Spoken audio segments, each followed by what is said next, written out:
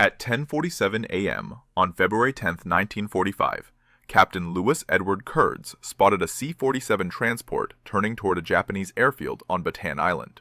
The 25-year-old pilot had 10 confirmed kills across 2 theaters, but he'd never faced a decision like this. 12 Americans sat aboard that transport, 2 of them nurses, heading straight into Japanese hands with no radio to warn them. The C-47 had launched from Lingayen Gulf 30 minutes earlier. Its mission was simple: rescue Lieutenant LaCroix, shot down over the water near Bataan. The transport crew had spotted LaCroix's life raft. They circled once, then the pilot made his approach. But he was lining up for the wrong island. Bataan had 2 airstrips. The Americans controlled the southern strip. The Japanese held the northern one. From 3,000 feet, they looked identical, both carved into volcanic rock, both running east to west. The C-47 crew aimed for the northern strip. They had no way of knowing their mistake. Their radio had failed over the water. Kurds flew his P-51 Mustang closer. He could see Japanese trucks moving on the northern airstrip. He saw anti-aircraft positions dug into the hillside. He counted 4 fighters on the taxiway. The transport kept descending. 500 feet now. The landing gear came down. By February 1945, the Pacific War had grown brutal in ways the European theater never matched. Japanese forces executed captured aircrew at a rate of 37%. In the Philippines, that number climbed to 52%. Female prisoners faced worse. 2 American nurses captured at Luzon in January had been bayoneted within 48 hours. The Japanese command on Bataan followed the same protocols. The C-47's pilot began his final approach. 300 feet. The runway stretched ahead, flat volcanic rock with tire marks still visible from Japanese bombers. Kurds checked his fuel. 18 minutes left. Not enough to escort the transport back to Lingayen and land himself. He tried his radio again. Static. The transport's crew couldn't hear him. He dropped to 500 feet and flew directly across the C-47's nose. The transport kept coming. He climbed and dove again, crossing their path a second time. No response. The crew thought he was providing escort. They waved from the cockpit window. One of the nurses aboard that C-47 was Second Lieutenant Helen Warner. Kurds had taken her to dinner in Lingayen the night before. They'd talked until 2300 hours. She'd mentioned her transfer orders, 2 more weeks in the Philippines, then reassignment to Guam. Now she sat in a canvas seat, unaware that her transport was seconds from landing in enemy territory. The C-47 dropped to 200 feet. Japanese soldiers gathered at the strip's edge. Curtis counted 15 men. Some carried stretchers, others held rifles. They were prepared for prisoners. Will Helen and the 11 others survive? Please hit the like button. It helps more people discover these stories. Subscribe for more. Back to Curtis. Kurds armed his guns. He had one option left. The C-47 was 70 seconds from touchdown. His hands moved to the firing controls. He lined up behind the transport's left engine. Standard gunnery training taught pilots to aim for the fuselage. Maximum damage, quick kills. But Kurds needed something different. He needed the C-47 to crash without killing everyone inside. He had to shoot down an American plane to save American lives. Kurds had fired his guns in combat 34 times across 2 years. Mediterranean theater, Pacific theater. He knew what 50 caliber rounds did to aircraft. 6 Browning M2 machine guns mounted in his Mustang's wings. Each gun fired 800 rounds per minute.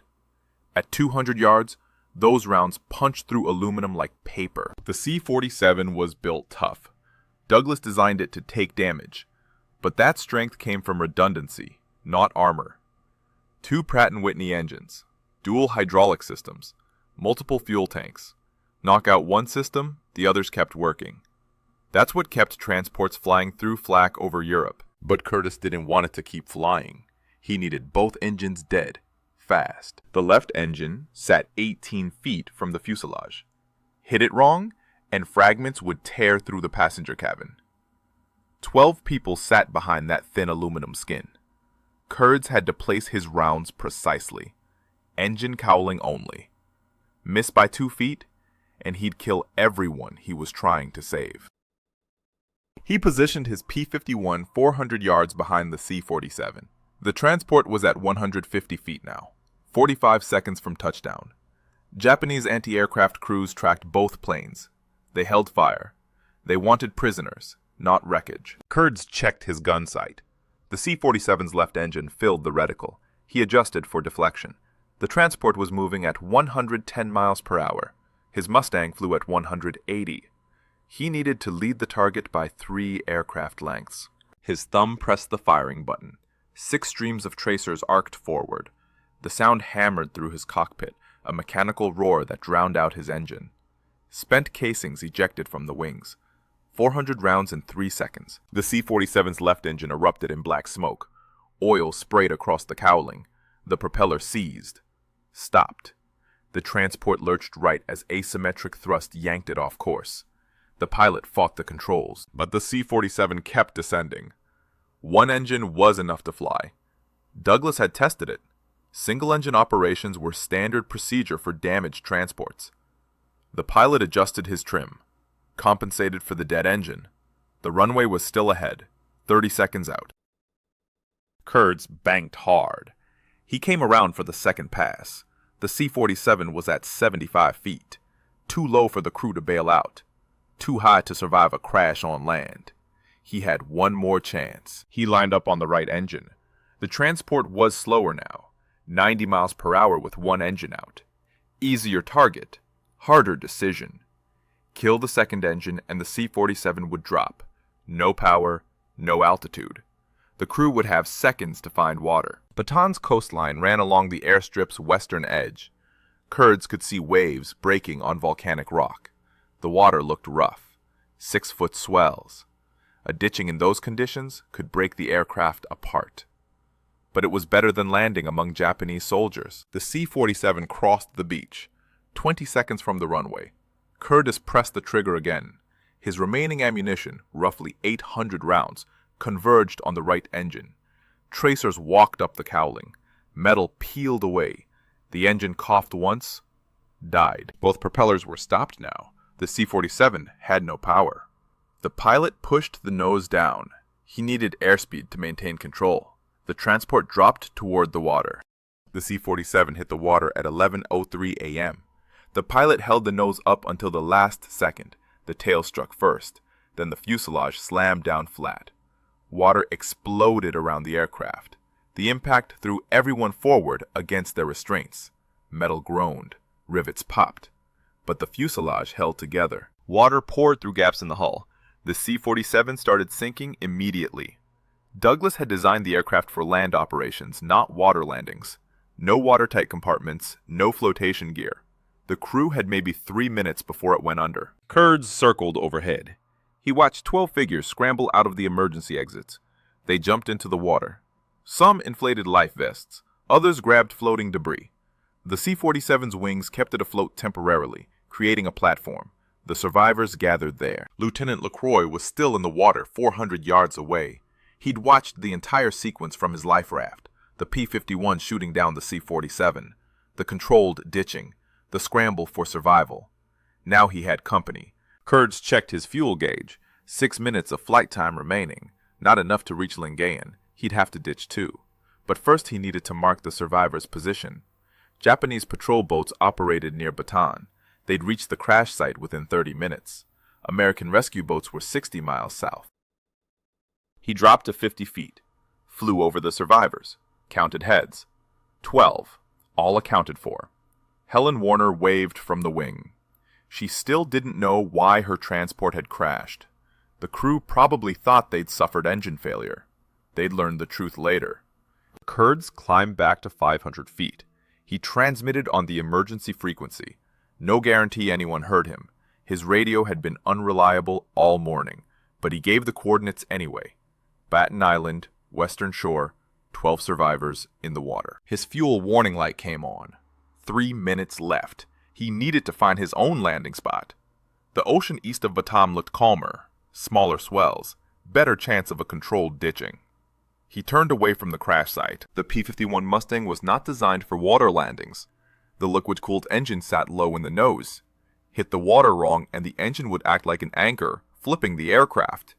Kurds had seen it happen during training. Pilots who survived the ditching drowned when their planes went inverted. He ran through the emergency procedures. Canopy open, harness loose, radio destroyed. The last item was standard protocol. Military radios contained encryption equipment. Better to destroy it than let the enemy capture it. Kurds flew east. He passed over Lacroix's position. The lieutenant was paddling his raft toward the C-47 survivors. Smart move. Strength in numbers. Kurds waggled his wings. Lacroix waved back. 2 minutes of fuel remaining. Curtis found his spot. A stretch of open water between Bataan and the next island. No reefs visible. No Japanese patrol boats. He set up his approach.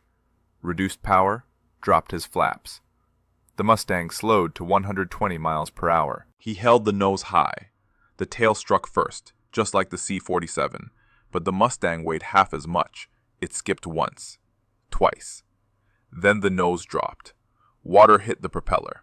The blades shattered. The engine torqued hard. The entire aircraft pitched forward. Kurd just released his harness. He pushed himself up, grabbed the canopy rail. The cockpit was flooding. Cold seawater rushed past his knees. The Mustang's nose was already underwater. The tail lifted.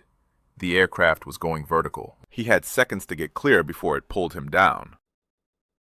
Kurds kicked away from the sinking Mustang. The aircraft's tail rose above him. Water pulled at his flight suit. His boots felt like anchors. He kicked them off, swam hard. 20 feet. 30. He turned to look back. The P-51 slid beneath the surface nose first. The tail vanished last. Air bubbles marked where it went down. Then nothing. Just waves. Kurds inflated his life vest, started swimming toward the C-47 survivors. They were 600 yards away. The water temperature was 78 degrees, warm enough to avoid hypothermia, cold enough to sap strength over hours. Kurds was in good shape. He trained for water survival at Luke Field back in Arizona, but training pools didn't have 6-foot swells. Each wave lifted him up, then dropped him into a trough where he couldn't see anything. He swam for 20 minutes. His arms burned. His flight suit soaked up water like a sponge, added 30 pounds of dead weight. He considered removing it, but the suit provided protection from sun and jellyfish. He kept swimming. At 11:37 a.m., he reached the C-47. The aircraft had settled lower in the water. Only the wings remained above the surface. The fuselage was completely submerged. The 12 survivors sat on the left wing. They'd organized themselves efficiently. The strongest swimmers positioned at the edges, ready to help anyone who fell in. The 2 nurses sat in the middle, surrounded by crew.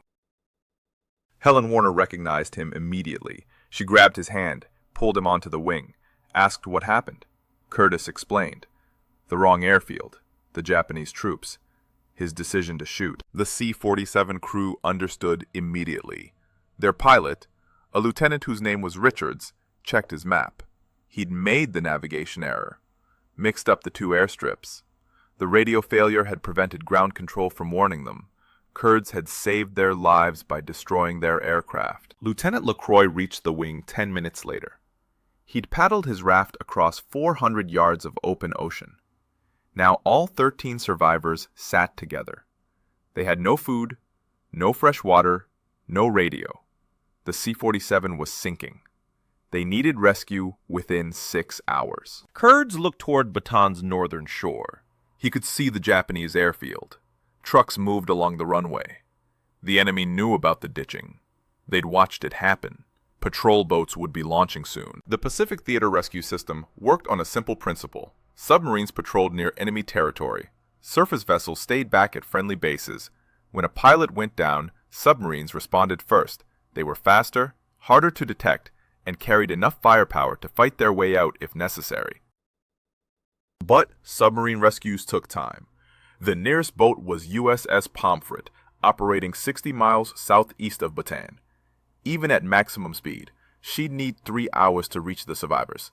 3 hours exposed on a sinking aircraft wing. 3 hours for Japanese patrol boats to find them first. Kurds organized the group. He told them to stay low, minimize silhouettes, watch for Japanese boats.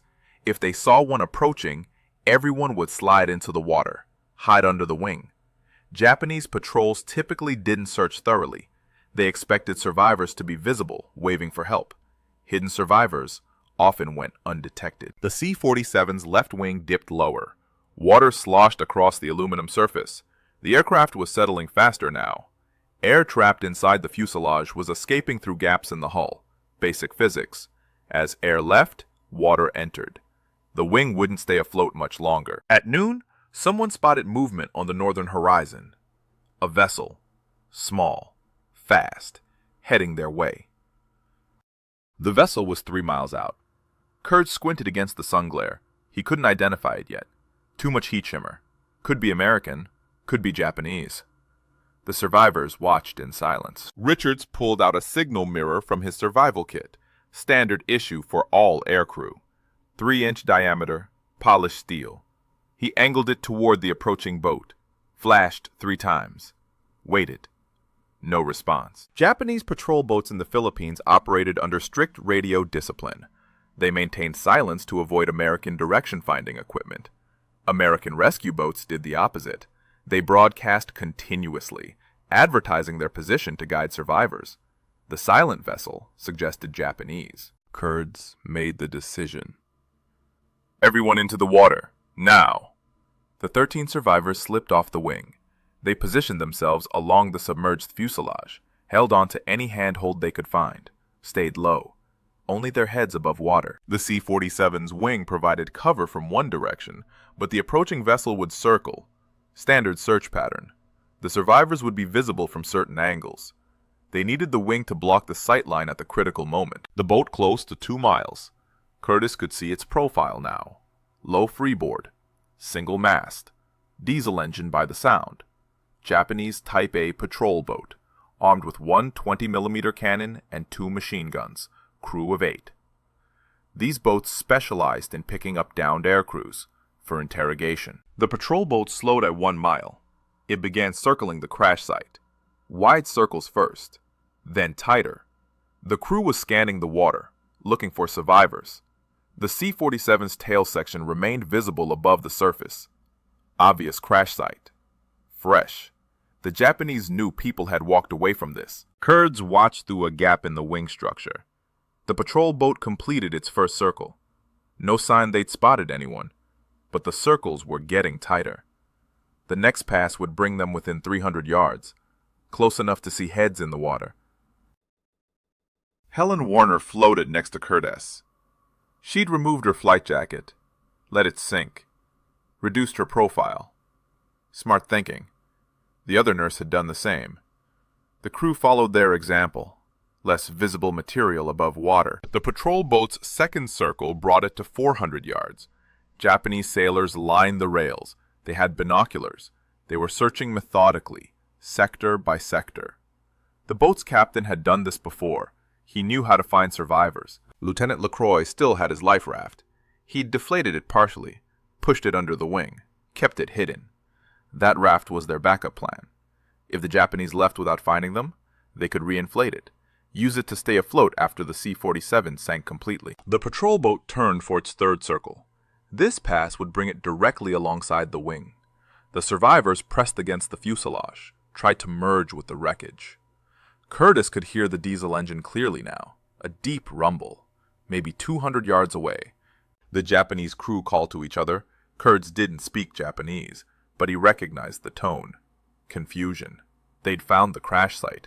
They could see the aircraft was recent, maybe 30 minutes old, but no survivors. No bodies. Nothing. The patrol boat idled at 150 yards, dead stop. The captain was thinking, trying to solve the puzzle. Downed aircraft, empty water. The math didn't work.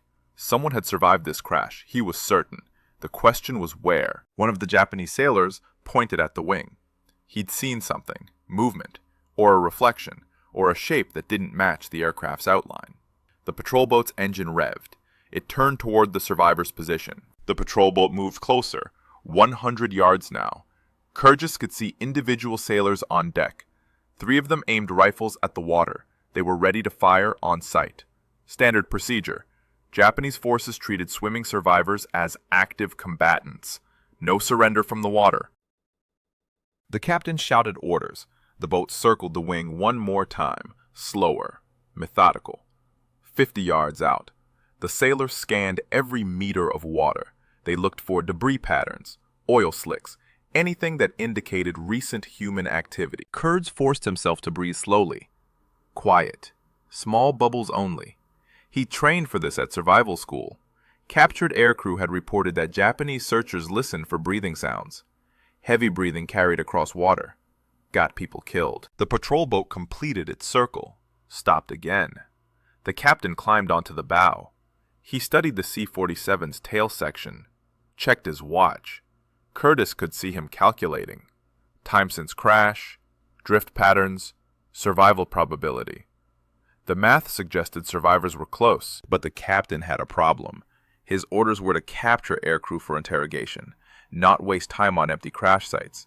He'd already spent 15 minutes searching, found nothing. Other patrol boats were operating nearby. They had their own sectors to cover. He needed to make a decision. The diesel engine rumbled. The patrol boat began moving. North. Back toward Bataan. The captain had given up. Kurds watched it pull away. 100 yards, 200, 500. The boat's profile shrank against the horizon. The survivors stayed hidden for another 10 minutes. They waited until the patrol boat disappeared completely. Then, they climbed back onto the wing. Everyone accounted for. No one injured, no one spotted. Richards checked his waterproof watch. 12:17 p.m. They'd been in the water for 74 minutes. The C-47 had maybe 30 minutes of flotation left. The fuselage was almost completely submerged now. Just the wings and tail remained above surface. Kurds looked south. No sign of American rescue boats yet. His emergency transmission had given their coordinates, but had anyone received it? His radio had been malfunctioning all morning.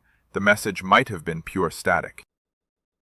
The Pacific Rescue System depended on radio communication. Submarines monitored emergency frequencies continuously. Surface vessels did the same. Patrol aircraft listened while flying search patterns. But all of it required clear transmissions. Static didn't save lives. At 12:41 p.m., LeCroy spotted something. A periscope, 400 yards southeast. Breaking the surface for 3 seconds, then gone. He pointed. The others saw it too. Submarine. American or Japanese? Impossible to tell from a periscope alone. Both navies operated submarines near the Philippines. Japanese boats hunted American shipping. American boats hunted everything. But American submarines had specific orders regarding aircrew rescue. Find them, surface, retrieve them. Japanese submarines had different orders.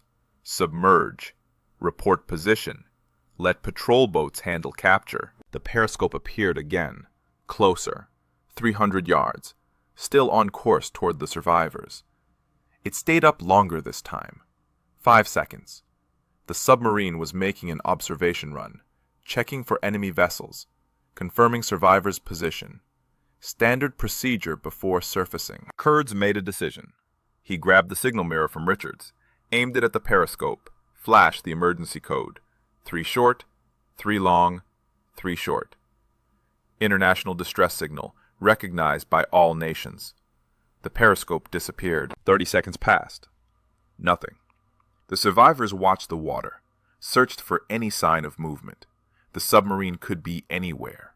Submerged boats were invisible, silent, deadly. Then the water erupted 200 yards away. A submarine's conning tower broke the surface. Water cascaded off the hull. The bow appeared. Then the deck. The entire boat surfaced in 40 seconds. USS Pomfret, fleet submarine, 300 feet long, 80 crew. She'd been hunting Japanese shipping when she received Curtis's emergency transmission. Pomfret's captain was Commander Maurice Ferrara. He'd commanded the boat for 8 months, completed 4 war patrols, sunk 11 Japanese vessels, rescued 6 downed aircrew. Now he was adding 13 more to that list. The submarine's deck crew appeared immediately. They carried lines, life rings, rope ladders. They'd practiced this procedure dozens of times. Speed mattered. Every minute on the surface was a minute exposed to Japanese patrol boats and aircraft. Ferrara wanted everyone aboard in under 10 minutes. The survivors swam toward Pomfret. The strongest swimmers went first. They grabbed the lines. Deck crew hauled them up, one by one. The two nurses came next. Helen Warner climbed the rope ladder without assistance. She'd trained for water survival at Camp Lejeune. The second nurse needed help. A sailor descended the ladder, pulled her up manually. Kurds went last. He counted heads as each survivor reached the deck.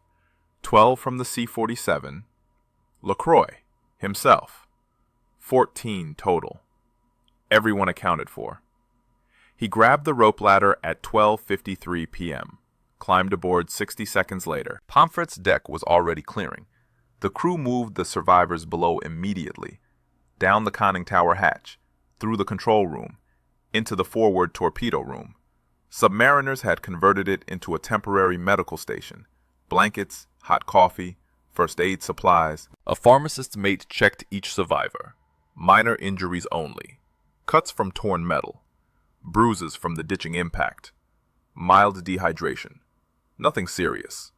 The C-47's controlled water landing had worked. No broken bones, no internal injuries. Ferrara's luck was holding. The captain interviewed Curtis in the control room. He needed details for his patrol report. Time of ditching, position, reason for shootdown, number of survivors. Curtis explained the entire sequence. Wrong airfield. Japanese troops waiting. The decision to fire. Ferrara listened, took notes, asked no questions about the decision itself. Rescuing downed aircrew was the mission. How they got down didn't matter. At 13:08 p.m., Pomfret's radar operator reported surface contact. Range 8 miles, bearing north, speed 12 knots. Japanese patrol boat, possibly the same vessel that had searched earlier. It was returning to the crash site. Ferrara ordered dive stations. The klaxon sounded twice. Deck crew scrambled below. The hatch clanged shut. Vents opened. Seawater flooded the ballast tanks. Pomfret began her descent. 30 seconds from surface to periscope depth. 2 minutes to full submersion at 100 feet. The submarine slipped beneath the waves. The survivors felt the descent. A subtle pressure change. Deck angle shifting forward. They were safe now. Japanese patrol boats carried depth charges, but they needed to know where to drop them. Pomfret could be anywhere within a 3-mile radius. Finding her would take hours. Ferrara kept the boat at 100 feet. Silent running. Minimum engine noise. He wanted distance from the crash site before surfacing again. Japanese patrol patterns were predictable. They searched in expanding circles. Pomfret needed to be outside that circle before dark. At 1500 hours, Ferrara surfaced. No contacts on radar. No aircraft overhead. He set course for Subic Bay. 240 miles south, 14 hours at cruising speed. The survivors would reach friendly territory by dawn. Kurds sat in the forward torpedo room. Helen Warner sat across from him. She'd changed into dry clothes borrowed from the submarine's crew, standard Navy dungarees, too large by 3 sizes. She asked him about the decision, why he'd fired, whether he'd hesitated. Kurds told her the truth. He hadn't hesitated. The math was simple. Shoot down the C-47 or watch 12 Americans get captured. There was no choice. But now he faced a different problem. He'd destroyed an American aircraft, shot down his own side. That kill would require explanation. Pomfret reached Subic Bay at 0600 hours on February 11th. The survivors disembarked. Medical staff examined them again, cleared everyone for duty. No serious injuries, no lasting trauma. Just another rescue in a war full of rescues. But Kurds faced questions. His commanding officer, Major Vincent Elliott, wanted details. Kurds had destroyed an American C-47. That required justification. Written report, witness statements, chain of command approval. Kurds filed his report on February 12th. 4 pages, single-spaced. He described the navigation error, the broken radio, the Japanese troops waiting on the airfield, his decision to fire, the controlled ditching, the submarine rescue. He included statements from Richards, LaCroix, and both nurses. Elliott forwarded the report to 5th Air Force headquarters. They reviewed it for 3 days, checked the facts, interviewed the survivors, verified the Japanese presence on Batan's northern airfield. Everything matched Kurd's account. On February 16th, 5th Air Force issued their decision. Kurd's actions were justified, necessary, heroic. They credited him with saving 12 American lives, but they faced a bureaucratic problem. How do you record this in official documents? Standard kill markings used enemy flags, German crosses, Japanese rising suns, Italian fasces. Kurds had shot down aircraft from all 3 Axis powers, but he'd also shot down an American plane. 5th Air Force decided to make it official. They authorized an American flag kill marking on his P-51. Kurds painted it himself. A small American flag on the fuselage of his replacement Mustang, right next to his German, Italian, and Japanese kills. The only such marking in American military history. A symbol of the hardest decision he'd ever made. The C-47 crew returned to duty within a week. Richards flew transport missions until the war ended. LaCroix recovered his original P-38. Both nurses completed their tours in the Philippines. Helen Warner married Curtis on June 3, 1945. They'd been dating for 4 months. The shootdown had brought them closer. Kurds flew 43 more combat missions after Bataan. He survived the war, returned to the United States in October 1945, left the Army Air Corps in 1946. He and Helen settled in California, raised 3 children. He never spoke publicly about the shootdown until 1989. The Navy credited Pomfret with 13 aircrew rescues during her 5th war patrol. Ferraro received a commendation. The submarine completed 3 more patrols before the war ended. She was decommissioned in 1946, sold for scrap in 1947. Kurds died on February 5, 1995. He was 75 years old. His final tally? 7 German aircraft, 1 Italian, 1 Japanese, 1 American. The most unusual kill record of World War II. If Louis Kurds' story moved you, hit that like button right now. It tells YouTube to show this to more people who need to hear it. Hit subscribe and turn on notifications so you never miss another story like this. We share forgotten heroes every single day. Drop a comment right now and tell me where you're watching from. United States, United Kingdom, Canada, Australia, or anywhere else in the world. Our community stretches across every continent. You're part of keeping these memories alive. Did your grandfather or grandmother serve in World War II? Let me know your family's connection to this history. Thank you for watching. Louis Kurds deserves to be remembered. You're helping make that happen.